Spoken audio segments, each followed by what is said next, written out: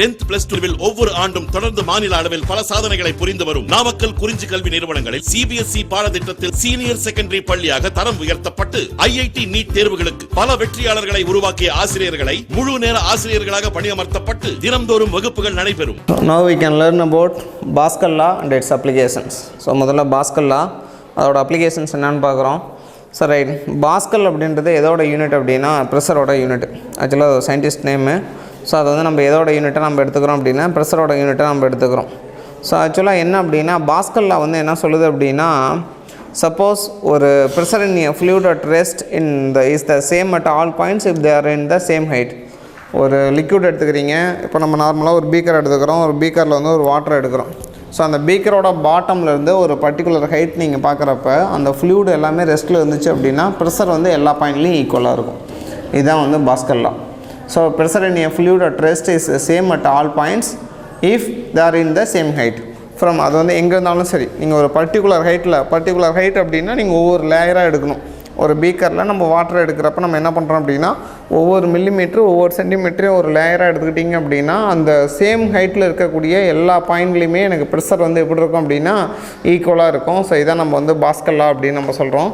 So pascal லாவோட definition பார்த்தோம் அப்படின்னா, if the pressure in a liquid changed at a particular point, the change is transmitted to the entire liquid without being diminished in magnitude. So ஒரு லிக்யூடில் அப்போ வந்து எங்களுக்கு என்ன அர்த்தம் அப்படின்னா, ஒரு பீக்கரில் ஒரு பர்டிகுலர் ஹைட்டில் வந்து எனக்கு என்னவாக இருக்குது அப்படின்னா ப்ரெஷர் வந்து ஈக்குவலாக இருக்குது அப்படின்னா லிக்விட் வந்து ரெஸ்ட்டில் இருக்குது. Suppose if you R disturbing the rest, அந்த ரெஸ்ட் அப்படின்ற பொசிஷன் நீங்கள் டிஸ்டர்ப் பண்ணுறப்ப அந்த இடத்துல எனக்கு என்ன ஆகும் அப்படின்னா ப்ரெஷர் வந்து சேஞ்ச் ஆகும்.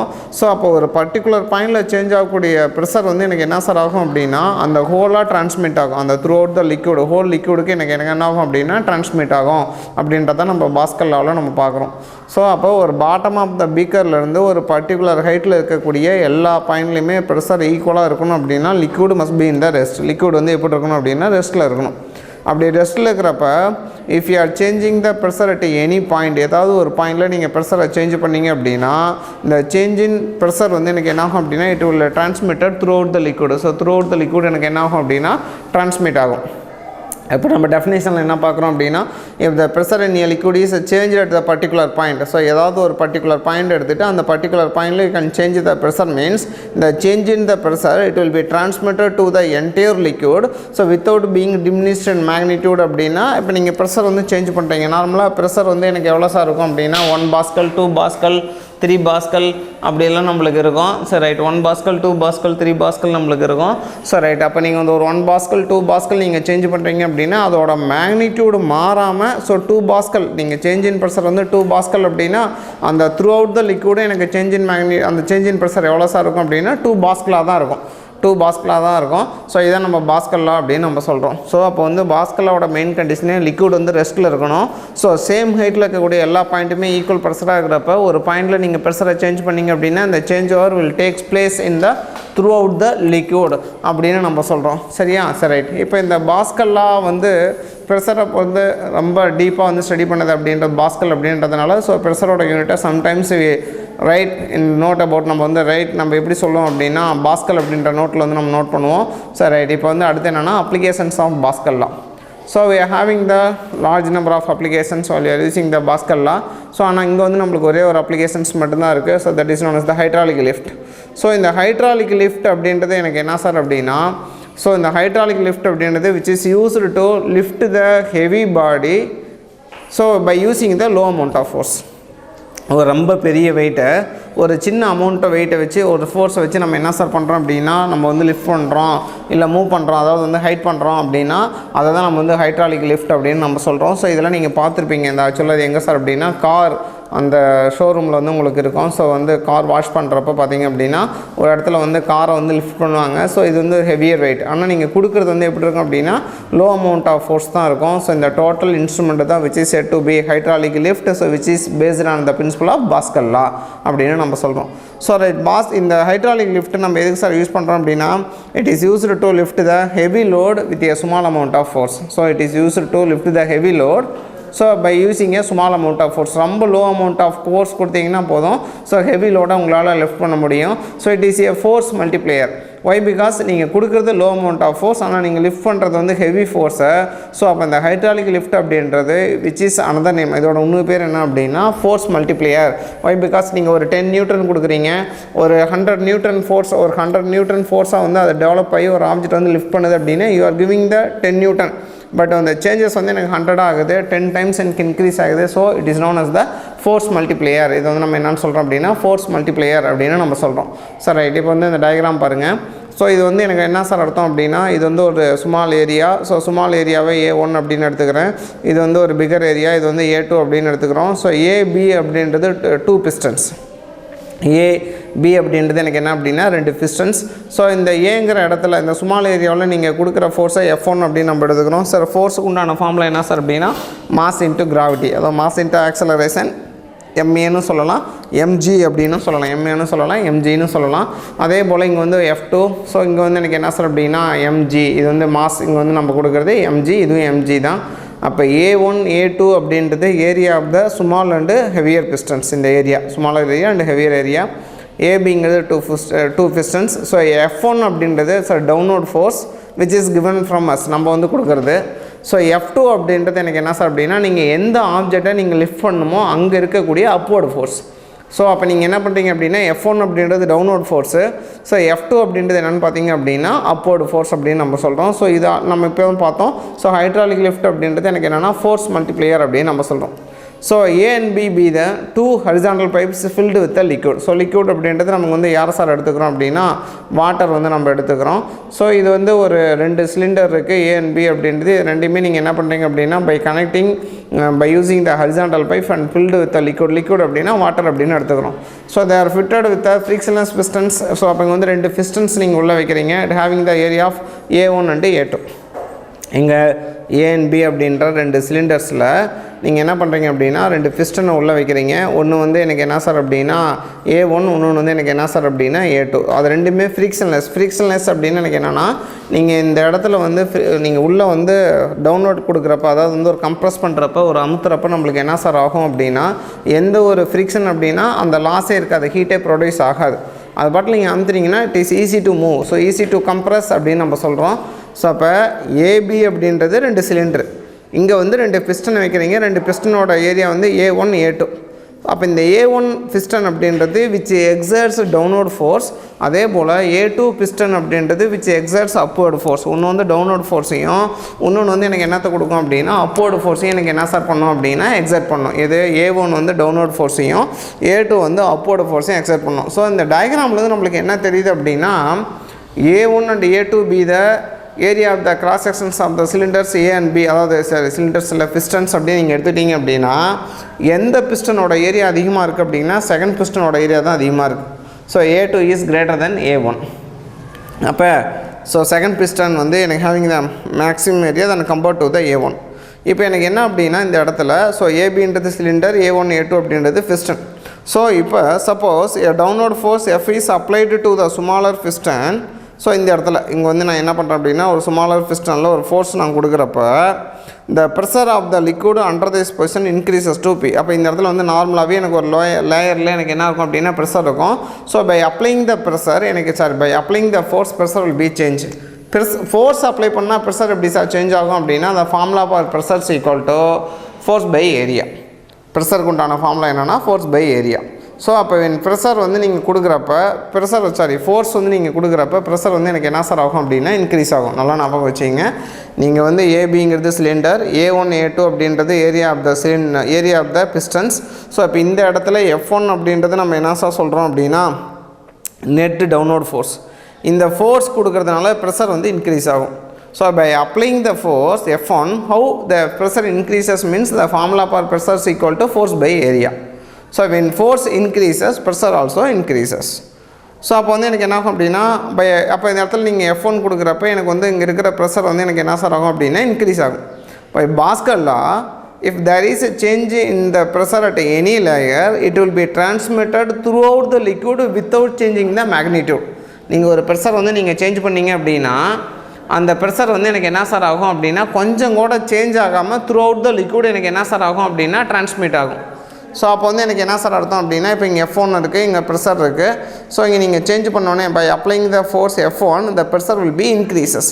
The increasing the pressure it will transmitted immediately throughout the liquid without diminished in magnitude. கொஞ்சம் கூட அதோட மேக்னிடியூடை சேஞ்ச் பண்ணாமல் அந்த ப்ரெஷர் வந்து எனக்கு என்ன சார் ஆகும் அப்படின்னா சேஞ்ச் ஆகும். Why? Because the pressure is equal to force by area. So area remains constant. By increasing the force it will lead to the increasing the pressure. By Pascal law, increasing the pressure it will immediately transfer to the liquid. அந்த liquid ஃபுல்லாக எனக்கு என்ன sir ஆகும் அப்படின்னா transmit ஆகும். So அப்போ வந்து எனக்கு என்ன சார் ஆகும் அப்படின்னா எல்லா டைரெக்ஷனில் எனக்கு மூவ் ஆகிறப்ப இந்த பிஸ்டன் பி இந்த பிஸ்டன் பி இருக்கு இல்லைங்களா, இந்த இடத்துல it will experience some amount of pressure. So ஏன்னா இங்கே எவ்வளோ ப்ரெஷர் சேஞ்ச் ஆகுதோ அதே ப்ரெஷர் வந்து இங்கேயும் வரும். ஸோ அப்போ இங்கே வந்து பார்த்திங்கன்னா ப்ரெஷருக்கு உண்டான formula force by area then P2 is equal to F2 by A2. ஸோ இங்கே வந்து P1 is equal to F1 by A1, இங்கே P2 is equal to F2 by A2. So அப்போ ப்ரெஷர் ரெண்டுமே ஈக்குவல் தான், P1 is equal to P2. So அப்போ வந்து எனக்கு என்ன ஆகும் அப்படின்னா upward force due to the upward force இந்த heavy load will be lifted. So அப்போ இந்த ஹெவி லோடு வந்து எவ்வளோ ஹைட் லிஃப்ட் ஆகுது அப்படின்றது it is mainly depending upon the how much of force we can give initially, that is F1. So அந்த இடத்துல நீங்கள் F1 தான் ரொம்ப முக்கியம். ஸோ if you are giving the F1 maximum, P1 is maximum. Then P1 is maximum அப்படின்னா P2 is maximum, then P2 is maximum அப்படின்னா F2 வந்து maximum. அப்போ இந்த F2 depending upon the P2, P2 depending upon the P1, P1 depending upon the F1. So which is called as the initial force which is given by us. நம்ம எவ்வளோ கொடுக்குறோமோ அது. அப்போ இங்கே ப்ரெஷர் ரெண்டுமே ஈக்குவல் தான். ஸோ அப்போ வந்து எனக்கு என்ன ஆகும் அப்படின்னா ஸோ ஃபஸ்ட்டு வந்து இந்த இடத்துல கூடிய ப்ரெஷர் வந்து எவ்வளோ சார் அப்படின்னா P1 is equal to F1 by A1. இங்கே இந்த ஏதோ வந்து பிகர் ஏரியா இந்த இடத்துல இருக்கக்கூடிய இந்த பெரிய பிஸ்டன் இருக்குது இல்லையா, இங்கே இருக்கக்கூடிய ப்ரெஷர் வந்து எவ்வளோ சார் அப்படின்னா P2 is equal to எனக்கு என்ன சார் அப்படின்னா F2 by A2. ஸோ நம்ம பை பாஸ்கல் லாவில் ப்ரெஷர் வில் பி ஈக்குவல். ஏன்னா நீங்கள் வந்து இந்த இடத்துல எவ்வளோ சேஞ்ச் இன் ப்ரெஷர் இருக்குதோ அந்த சேஞ்ச் இன் ப்ரெஷர் தான் இங்கேயும் இருக்கும். தென் P1 is equal to P2. So அப்போ P1 is equal to P2 அப்படின்னு நீங்கள் பார்த்தீங்க அப்படின்னா இங்கே வந்து எனக்கு என்ன சார் வரும் அப்படின்னா P1 is equal to P2 அப்படின்னா இது ரெண்டையும் ஈக்குவல் பண்ணுங்கள். F1 by A1 instead of P1. So F2 by A2 அப்படின்றது instead of P2. ஸோ அப்போ நம்ம F2 தான் கண்டுபிடிக்கணும். அப்போ F2 is equal to எனக்கு என்ன சார் வரும் அப்படின்னா A2 by A1 into F1 அப்படின்னு நம்ம சொல்கிறோம். ஸோ அப்போ வந்து இந்த இடத்துல force which is acting on the bigger cylinder, இந்த இடத்துல இருக்கக்கூடிய பெரிய சிலிண்டரில் எவ்வளோ ஃபோர்ஸ் ஆக்ட் ஆகுது அப்படின்னா this is the formula. So area of the bigger cylinder. அடுத்து வந்து எனக்கு என்ன சார் அப்படின்னா area of the smaller piston, இது பிடிச்சிங்க area of the bigger piston, area of the smaller piston. So இது வந்து initial force which is given by us அப்படின்னு நம்ம சொல்கிறோம். ஸோ இது வந்து ஏரியா ஆஃப் கிராஸ் செக்ஷன் அப்படின்னு எடுக்கிறப்ப ஏரியாவுக்கு பதிலாக என்ன சார் போடலாம் அப்படின்னா πr².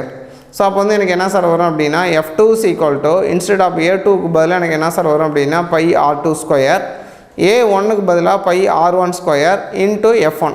ஸோ F1 அப்படின்றது இனிஷியல் ஃபோர்ஸ். ஸோ அப்போ வந்து எனக்கு என்ன ஆகும் அப்படின்னா பையும் கேன்சல் ஆயிரும். அப்போ வந்து எனக்கு என்ன இருக்கும்னா F2 is equal to r2² by r1² into F1 அப்படின்னு எனக்கு வந்துடும். So right. அப்போ therefore changing the pressure changing the force F1 அப்படின்ற ஃபோர்ஸ் வந்து யார் மேலே இருக்கிற ஃபோர்ஸ் அப்படின்னா ஸ்மாலர் பிஸ்டன் மேலே கூடிய ஃபோர்ஸை வந்து நீங்கள் சேஞ்ச் பண்ணீங்க அப்படின்னா இந்த force on the piston B has been increased by the factor of A2 by A1. So அப்போ வந்து எனக்கு என்னென்னா F1 வந்து இங்கே எவ்வளோ டைம்ஸ் இருக்குது, F2 எவ்வளோ டைம்ஸ் இருக்குது. ஸோ அப்போ இது சேஞ்ச் ஆகிறப்ப இது வந்து எனக்கு என்ன ஆகும் அப்படின்னா சேஞ்ச் ஆகும். அப்போ A2 by A1 is equal to F2 by A1. So this is called as the mechanical advantage of lift. So mechanical advantage அப்படின்னா எனக்கு என்ன சார் அப்படின்னா it is also called as the efficiency. So how much we are giving, so how much we are getting, நம்ம எவ்வளோ கொடுக்குறோம் so அதனால் எவ்வளோ கிடைக்குது, அதான் நம்ம எஃபிஷியன்சி அப்படின்னு சொல்கிறோம். Also said to be the mechanical advantage of lift. இது வந்து ரொம்ப முக்கியம். நீங்கள் வந்து பை மெக்கானிக்கல் நம்ம ஃபியூச்சரில் இன்ஜினியரிங்லாம் மெக்கானிக்கல் இன்ஜினியரிங் படிக்கிறப்ப இந்த ஃபார்முலா வந்து பேசிக். இதை வச்சு தான் உங்களுக்கு வந்து எல்லா இன்ஸ்ட்ருமெண்ட்டுமே ஒரு இன்ஸ்ட்ருமெண்ட் வந்து ஒரு ஆப்ஜெக்ட் வந்து எவ்வளோ தூரம் லிஃப்ட் பண்ணுறது அப்படின்றது. So it is the mechanical advantage R mechanical efficiency அப்படின்னு நம்ம சொல்லுவோம். அதாவது என்ன அப்படின்னா எவ்வளோ ஃபோர்ஸ் கம்மியாக கொடுத்தாலும் அது வந்து எவ்வளோ ஃபோர்ஸ் வந்து க்ரியேட் பண்ணுது. Why because of hydraulic lift is also called as the force multiplier. So it is used to multiply the force. நம்ம கொடுக்குற ஃபோர்ஸை வந்து மல்டிப்ளை பண்ணி so which is used to height the lift. இது வந்து எனக்கு என்ன பண்ணணும் அப்படின்னா லிஃப்ட்டை வந்து எனக்கு என்ன சார் பண்ணணும் அப்படின்னா ஹைட் பண்ணணும். அதாவது லிஃப்ட் அப்படின்றது எனக்கு என்னென்னா லோடு, எவ்வளோ தூரம் லோடு வந்து எனக்கு என்ன சார் பண்ணுது அப்படின்னா ஹைட் பண்ணுது அப்படின்னு சொல்லிட்டு நம்ம பார்க்குறோம். ஸோ இதான் வந்து ஆக்சுவலாக இது நீங்கள் பார்த்தீங்க அப்படின்னா ஸ்மாலர் பிஸ்டனில் நீங்கள் கொடுக்குற ஃபோர்ஸ் ரொம்ப கம்மியாக இருக்குது. ஆனால் இங்கே வந்து அந்த ஃபோர்ஸ் மல்டிப்ளை ஆகி ஒரு பெரிய காரையோ ஒரு லாரியோ பஸ்ஸையோ நம்ம எது வேணாலும் அதை என்ன சார் பண்ணோம் அப்படின்னா லிஃப்ட் பண்ணோம் அப்படின்னு நம்ம சொல்கிறோம். அப்போ A2/A1 = F2/F1 அப்படின்றது இந்த ஃபார்முலாவை நான் என்னன்னு சார் சொல்கிறேன் அப்படின்னா mechanical advantage of the lift அப்படின்னு சொல்கிறோம். சரி, ரைட். இப்போ அடுத்து நம்ம என்ன பண்ணுறோம் அப்படின்னா பேஸ்டான இதை வச்சு நம்ம என்ன சார் பண்ணுறோம் அப்படின்னா ஒரு சம் சால்வ் பண்ணுறோம். ஸோ எக்ஸாம்பிள் வந்து எனக்கு என்ன சார் அப்படின்னா 7.7. ஸோ முதல்ல பாருங்கள், the pistons of the hydraulic lift having the diameter of 60 cm and 5 cm. The pistons of the hydraulic lift have the diameter of 60 cm and 5 cm. So smaller இதோட அதாவது வந்து smaller பிஸ்டனோட diameter வந்து 5 cm. So பெரிய பிஸ்டனோட பிஸ்டனோட வந்து எனக்கு என்ன sir அர்த்தம் அப்படின்னா லார்ஜ் பிஸ்டனோட டயாமீட்டர் வந்து 60 cm. The force on the small piston is 50 Newton. So நம்ம வந்து ஸ்மால் பிஸ்டன் மேலே எனக்கு எவ்வளோ ஃபோர்ஸ் இருக்குது அப்படின்னா 50 Newton ஃபோர்ஸ் எனக்கு இருக்குது. நம்ம இப்போ என்ன கண்டுபிடிக்கணும் அப்படின்னா F2 கண்டுபிடிக்கணும். The formula for F2 you already know, A2/A1 = F1. So இங்கே வந்து நம்மளுக்கு ஏரியா கொடுத்துருக்காங்க, சரி டயாமீட்டர் கொடுத்துருக்காங்க. ஸோ இது நீங்கள் ரேடியஸ்க்கோசரம் மாற்றுங்க. அப்போ F2 = πr2² இன்ட்டு எனக்கு என்ன வரும் அப்படின்னா F1 வரும். பை கேன்சல் ஆகிரும். தென் F2 = r2² into F1. That is இது R2 அப்படின்றது எனக்கு என்ன அப்படின்னா radius of the bigger piston, R1 அப்படின்றது radius of the smaller piston. So அப்போ R2க்கு உண்டான ஃபார்முலா என்னென்னா d2/2. So R = d, radius = diameter by 2. So அப்போ இன்ஸ்டெட் ஆஃப் டயாமீட்டர் வந்து பெரிய பிஸ்டனோட டயாமீட்டர் கொடுத்துருக்காங்க 60 cm. நீங்கள் வந்து ஃபஸ்ட்டு இருக்கிறது வந்து ஃபஸ்ட்டு பிஸ்டன், அதாவது வந்து ஸ்மாலர் பிஸ்டன், இது வந்து லார்ஜ் பிஸ்டன் அப்படி எடுத்துக்கூடாது. எது மினிமம் வேல்யூவோ அது வந்து ஸ்மாலர் பிஸ்டன், எது வந்து பெரிய வேல்யூவோ அது பிகர் பிஸ்டன் அப்படின்னு வச்சுக்கணும். அப்போ R2 அப்படின்றது radius of the large piston. So d2/2. So அப்போ இங்கே 60/2 அப்போ 30 cm. அதே போல் R1 அப்படின்றது எனக்கு என்ன அப்படின்னா ரேடியஸ் ஆஃப் த எனக்கு என்ன சார் அப்படின்னா ஸ்மாலர் பிஸ்டன். ஸோ R1 = எனக்கு என்ன சார் அப்படின்னா d1/2 அப்படின்னு நம்ம சொல்கிறோம். ஸோ d1/2 அப்படின்றது எனக்கு என்ன சார் அப்படின்னா 5/2. ஸோ 5/2 அப்படின்றது எனக்கு என்ன சார் அப்படின்னா 2.5 cm. இது வந்து எனக்கு என்ன சார் அப்படின்னா R2 அந்த R2 R1 அப்படின்றது எனக்கு என்ன அப்படின்னா radius of the smaller pistons, bigger piston and smaller piston அப்படின்னு சொல்கிறோம். ஸோ இதோட வேல்யூ வந்து 30 cm, இது வந்து 2.5 cm. இந்த வேல்யூ எடுத்துகிட்டு போய் இந்த ஃபார்முலாவில் சப்ஸ்டிட் பண்ணணும். F2 = r2²/r1² into F1. So அப்போ வந்து எனக்கு என்ன அப்படின்னா R2ஓட வேல்யூ எவ்வளோனா 30. ஸோ R1ஓட வேல்யூ எவ்வளோ சார் அப்படின்னா 2.5. அப்போ 30/2.5 the whole square into F1. ஸோ F1ஓட வேல்யூ எவ்வளோ சார் அப்படின்னா 50 Newton. ஸோ அப்போ இதை சால்வ் பண்ணிங்க அப்படின்னா 30² அப்படின்னு பார்த்தீங்கன்னா 900. ஸோ 25² வந்து எவ்வளோ சார் வரும் அப்படின்னா 625 வரும். இங்கே வந்து ஒரு பாயிண்ட் இருக்குது, அப்போ ஸ்கொயரிங்கில் 2 டிஜிட் தள்ளிப்புள்ளே வச்சுக்கணும். ஸோ அப்போ வந்து 6.25 900/6.25 இன்ட்டு 900/6.25 இன்ட்டு 50. ஸோ அப்போ 95 சார் எனக்கு எவ்வளோ சார் அப்படின்னா 45. ஸோ அப்போ வந்து இது வந்து எனக்கு எவ்வளோ சார் வரும்னா 45,000 வரும். ஸோ 45,000/6.25 நீங்கள் சால்வ் பண்ணிங்க அப்படின்னா 7,200 Newton வரும். நம்ம எவ்வளோ ஃபோர்ஸ் கொடுக்குறோம் 50 Newton தான். ஸோ அந்த 50 Newton போய் அங்கே இருக்கக்கூடிய ப்ரெஷரை சேஞ்ச் பண்ணுறதுனால so due to this pressure எனக்கு எவ்வளோ ஃபோர்ஸ் இங்கே டெவலப் ஆகுது அப்படின்னா 7,200 Newton. நம்ம கொடுக்குறது 50, இங்கே கிடைக்கிறது வந்து 7,200. ஆக்சுவலாக 50ஓட 10 times 500, 100 times எவ்வளோ சார்னா 5,000. அப்போ நீங்கள் பார்த்தீங்க அப்படின்னா கிட்டத்தட்ட பார்த்தீங்க அப்படின்னா ஒரு 125 times ரைஸ் ஆகுது. நம்ம கொடுக்குற ப்ரெஷர் வந்து 50 நியூட்டன்லேருந்து எனக்கு என்ன சார் ஆகுது அப்படின்னா 7,200 Newton. கிட்டத்தட்ட பார்த்தீங்க அப்படின்னா ஒரு 120 to 130 times ரைஸ் ஆகுது. So that the hydraulic lift is basically called on the force multiplier. இதனால தான் நம்ம இது வந்து என்னன்னு சொல்கிறோம் அப்படின்னா force multiplier அப்படின்னு நம்ம சொல்கிறோம். சரி, next we can learn about the buoyancy. So what is meant by buoyancy? Buoyancy force அப்படின்னா என்ன நம்ம தெரிஞ்சுக்கிறோம். ஸோ buoyancy அப்படின்னா எனக்கு என்ன சார் அப்படின்னா if you are taking the any object which is partially or fully immersed in the fluid. So what is meant by fluid? flow ஆகிறது எல்லாமே fluids தான். எதெல்லாம் flow ஆகும்? liquids, gases. ஸோ அப்போ ஃப்ளூயிட்ஸ் அப்படின்றது எனக்கு என்ன சார் அப்படின்னா அது வந்து ஈவன் லிக்யூடாக இருக்கலாம், கேஸாக இருக்கலாம், ரெண்டுமே ஃப்ளூயிட்ஸ் தான். நீங்கள் வந்து ஃப்ளூயிட்ஸ் அப்படின்றது ஃப்ளோ ஆகிறது எல்லாமே ஃப்ளூயிட்ஸ் தான். ஸோ ஆனால் நம்ம இங்கே வந்து என்ன எடுத்துக்கிறோம் அப்படின்னா ஃப்ளூயிட்ஸில் லிக்யூடை பற்றி மட்டும் தான் நம்ம படிக்கிறோம். அப்போ when a body is partially or fully immersed in the fluid அப்படின்னா immersed in the water, so it displaces the certain amount of water. நீங்கள் வந்து நம்மளே வந்து தண்ணிக்குள்ளே குதிக்கிறோம். ஸோ நம்ம வந்து தண்ணிக்குள்ளே எவ்வளோ ஸ்பேஸ் ஆக்குபை பண்ணியிருக்கோமோ அதுக்கு ஈக்குவலான வாட்டர் எங்கே சார் வரும் அப்படின்னா மேலே வரும். இந்த water level will be increases. இந்த நம்ம பார்த்தோம் அப்படின்னா தொட்டியெல்லாம் இருக்கும். தொட்டிகளை வந்து நீங்கள் கல்லை போடுறீங்க இல்லை நம்மளே குதிக்கிறோம் அப்படின்னா ஸோ வாட்டர் லெவல் ஸ்லைட்டாக எனக்கு என்ன சார் ஆகும் அப்படின்னா இன்க்ரீஸ் ஆக செய்யும். இந்த displaced fluid exerts in the upward force on the body. நம்ம தண்ணிக்குள்ளே குதிக்கிறப்ப நம்மளோட நெட் டவுன்வர்ட் ஃபோர்ஸ் நம்ம கீழே போயிட்டு இருக்கிறோம் அப்படின்னா தண்ணி நம்ம மேலே ஒரு அந்த ஃப்ளூயிட் வந்து நம்ம மேலே ஒரு ஆப்போசிட்டாக ஒரு ஃபோர்ஸ் கொடுக்கும். அந்த ஃபோர்ஸுக்கு பேர் நம்ம அப்தர்ஸ்ட் ஃபோர்ஸ் அப்படின்னு சொல்கிறோம்.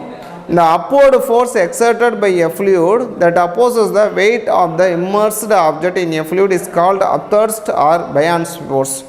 ஸோ அப்போ அதுக்கு பேர் நம்ம என்னென்னு சொல்கிறோம்னா அப்தர்ஸ்ட் ஆர் பயான் ஃபோர்ஸ் அப்படின்னு சொல்கிறோம். இந்த phenomenon is called as the buoyancy. அப்போ buoyancy அப்படின்றது என்னென்னா the upthrust force which created the fluid, which is created by the fluid. நீங்கள் தண்ணிக்குள்ளே குதிக்கிறீங்க, நெட் நீங்கள் வந்து உள்ளே போயிட்டுருக்கிறீங்க அப்படின்னா நீங்கள் வந்து ஏதோ ஒரு கல்லுக்கு இது உள்ளே போடுறீங்க அப்படின்னா அந்த ஸ்டோன் வந்து என்ன ஆகும் அப்படின்னா ஸ்லோ அப்படி போயிட்டே இருக்கும்.